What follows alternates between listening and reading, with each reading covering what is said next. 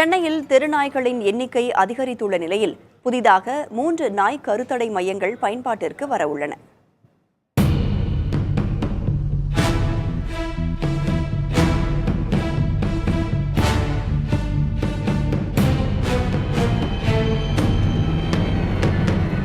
சென்னை மாநகராட்சிக்குட்பட்ட பகுதியில் சுற்றித் திரியும் நாய்களால் பொதுமக்கள் பாதிப்புக்கு உள்ளான விவகாரம் பெரும் சர்ச்சைகளை ஏற்படுத்தின. இந்த நிலையில் நாய்கள் எண்ணிக்கையை கட்டுப்படுத்த அவை பிடிக்கப்பட்டு கருத்தடை செய்யப்படுகின்றன. இதற்காக புளியந்தோப்பு, கண்ணமாப்பேட்டை, மீனம்பாக்கம், சோழிங்கநல்லூர் பகுதியில் நாய் இனக்கட்டுப்பாட்டு மையங்கள் செயல்பட்டு வருகின்றன. இந்த மையங்கள் மூலம் தினமும் சராசரியாக 65 நாய்களுக்கு கருத்தடை செய்யப்படுகிறது. மேலும் ப்ளூ கிராஸ் அமைப்பு மூலம் தினமும் 10 நாய்களுக்கு கருத்தடை செய்யப்படுகிறது. இதனால் கருத்தடை மூலம் நாய்களின் எண்ணிக்கையை கட்டுப்படுத்தும் வகையில் புதிய இனக்கட்டுப்பாட்டு மையங்களின் எண்ணிக்கையை உயர்த்த திட்டமிட்ட மாநகராட்சி புளியந்தோப்பு, லாய்ட்ஸ் காலனி, கண்ணமாப்பேட்டையில் புதிய இனக்கட்டுப்பாட்டு மையம் அமைத்துள்ளது.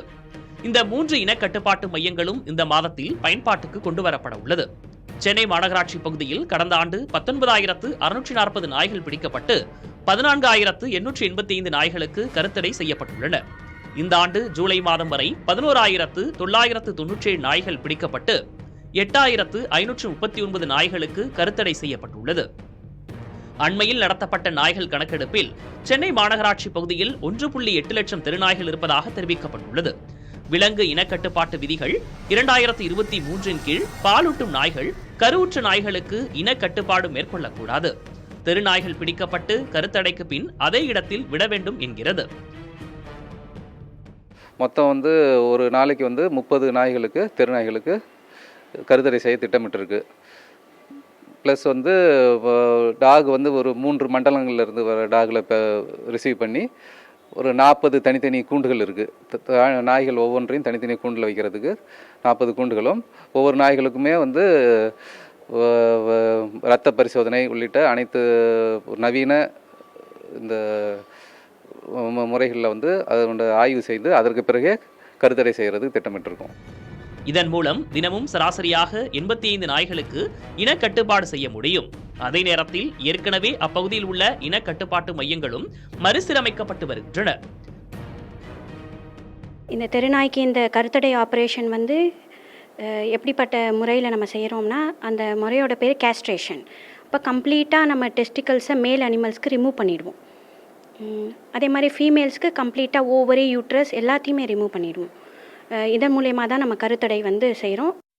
சென்னை கார்ப்பரேஷனில் ஆல் ஓவர் சென்னையில் தெருநாய்களை பிடிக்கிறதுக்கு கம்ப்ளைண்ட்ஸ், அந்த ஆன்லைன் கம்ப்ளைண்ட்ஸ், நிறைய மோட் ஆஃப் கம்ப்ளைண்ட்ஸ் இருக்குது. ஸோ அந்த கம்ப்ளைண்ட்ஸ் அடிப்படையில் ஒவ்வொரு மண்டலத்திலையும் தெருநாய்கள் பிடிக்கப்படுது. தெருநாய்கள் பிடிக்கப்பட்டு ஒன்றும் அந்த கருத்தடை மையத்துக்கு வருது. ஸோ இப்போ இந்த லாய்ட்ஸ் காலனி ஏபிசி சென்டர், இந்த கருத்தடை மையத்துக்கு பார்த்தீங்கன்னா டாக்ஸ் வராங்கன்னா ஃபஸ்ட்டு ஒரு இடத்துல அப்சர்வேஷன் ஏரியான்னு இருக்குது. ஸோ அப்சர்வேஷன் ஏரியாவில் டாக்ஸை வைப்போம். ஸோ ஒரு நாளைக்கு முன்னாடியே டாக்ஸுக்கு எல்லா செக்கப்ஸும் இருக்கும். இப்போ ஹியூமனுக்கு சர்ஜரிக்கு முன்னாடி என்னென்ன செக் பண்ண போகிறாங்க, ஸ்கேன் தேவை இருந்ததுன்னா ஸ்கேன் பார்ப்பாங்க. இன்கேஸ் பிளட் செக்கப் இருக்குன்னா பிளட் செக்கப் எல்லாம் பார்த்துட்டு அதில் எல்லா பேராமீட்டர்ஸ்லையும் கரெக்டாக இருக்குன்னா அந்த டாக் ஃபிட்டு, சர்ஜரிக்கு ஃபிட்டுனா அந்த டாகை நம்ம சர்ஜரிக்கு அனுப்புவோம். மேலும் மணலி மற்றும் பெருங்குடியில் 50 நாய்களுக்கு இனக்கட்டுப்பாடு செய்யும் வகையில் புதிய இனக்கட்டுப்பாட்டு மையம் கட்டப்பட்டு வருகின்றன. இவை அனைத்தும் பயன்பாட்டுக்கு வரும்போது ஒரு நாளைக்கு 210 நாய்களுக்கு இனக்கட்டுப்பாடு மேற்கொள்ள முடியும். இதற்காக கூடுதலாக 11 கால்நடை மருத்துவர்கள், 94 பணியாளர்கள் நியமிக்கப்பட உள்ளனர். தற்போது 16 நாய் பிடிக்கும் வாகனங்கள் பயன்பாட்டில் உள்ள நிலையில் மேலும் 10 லட்சம் மதிப்பிலான 7 நாய் பிடிக்கும் வாகனங்கள் கொள்முதல் செய்யப்பட உள்ளன. இதற்காக 9.45 கோடி ரூபாய் ஒதுக்கப்பட்டுள்ளது. விரைவில் தெருநாய்களின் பிரச்சினைக்கு தீர்வு காணப்படும் என தெரிவிக்கப்பட்டுள்ளது. புதிய தலைமுறைக்காக ஒளிப்பதிவாளர் மதுவுடன் செய்தியாளர்கள் ரமேஷ் மற்றும் சந்தான குமார்.